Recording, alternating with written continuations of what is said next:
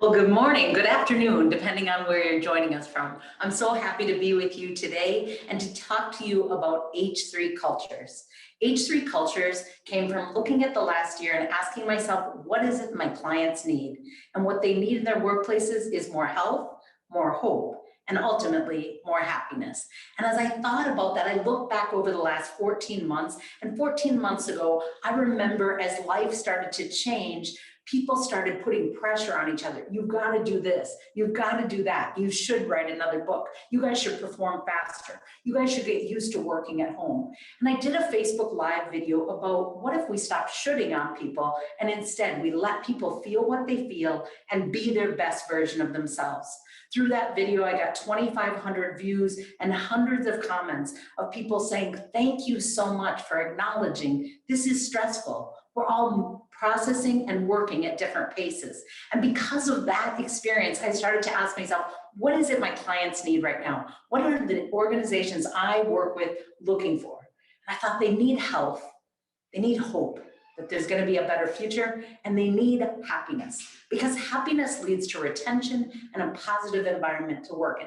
So if you have a pad of paper and pen, I'd love you to take it out right now, because what I want to do is talk to you about these three words. So the first word is be healthy, right? And so for 12 years, I owned 2 different Snap Fitness gyms. And through that, what I realized is that being healthy is ultimately about 6 areas of our life. So when we think of health, a lot of people think about your physical health, but I want you to write down 6 words: physical, emotional, mental, financial, spiritual, and relational health. Then I'd like you to give yourself a score. 10 is you have a lot of joy in that area. 0 is you have a lot of stress. But I don't want to get you overwhelmed with 6 different areas to work on. Instead, I want you to think about if you could just pick one area to be healthy, what would it be? What would you work on? Because I know when people are healthy, they feel better and they do better.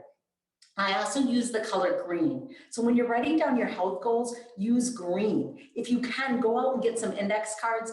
Green is about life, about growth, about change, and about being healthy. So get a green index card and write down the ways you want to be healthy. Look for those habits.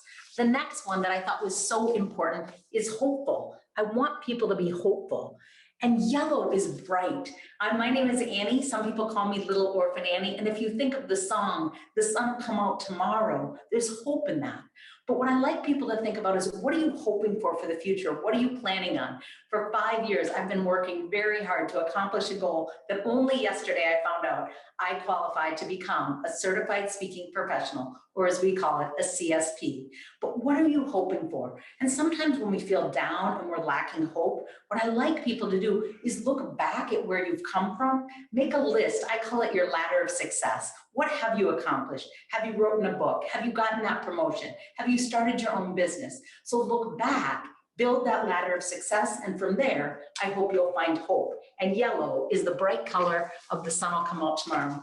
And the third area is happy. So when we think about happy, the color orange actually represents happiness. And so when I think about that with people, I ask them, what brings you happiness?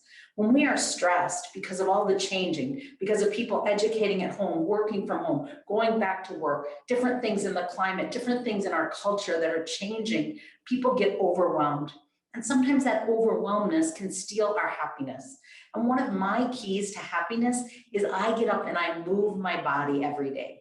Now, I might not love going to the gym, even though I own gyms, but I move my body. Sometimes go for a walk, sometimes dance, sometimes do something to bring happiness. One of the things that brings me the greatest joy is making other people happy.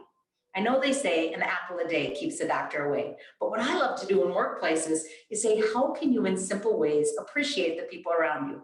I like to pass out Dove Loves. They're sweet because they're chocolate, but they also have a word of encouragement. What makes you happy? What could you do as a team to gather together in the workplace, maybe over the lunch hour or after work, to encourage one another? That's what I think about when I think about happiness.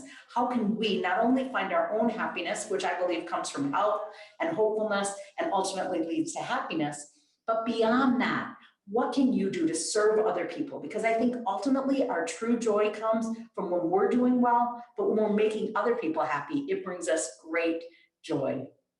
And so that is the 3H culture. It's about gathering together with organizations and associations and saying, how can we bring an H3 culture to your workplace, back to your home office? How can we move people over the last 14 months from stressed and overwhelmed because of the unknown and because of what the rumors that spread of more fear than hope? How do we shift that so when people are coming back to the workplace, that things are going back, that we get that unity again? I think people will stay at jobs when they feel positive, you'll have longer retention, and you'll have a more enjoyable place to go to work. I had the opportunity to do my first in-person presentations that I've done in over a year. And the first one was in South Dakota. And while I was speaking, a number of the audience members started to cry, started to laugh, and said, oh my gosh, we forgot how much we missed this.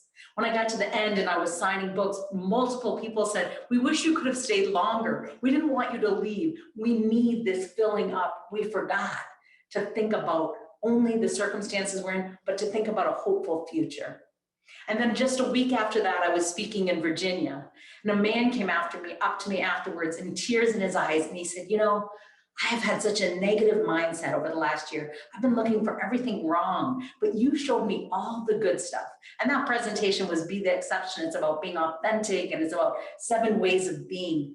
But more than anything, what I want to do with people is bring that hope back.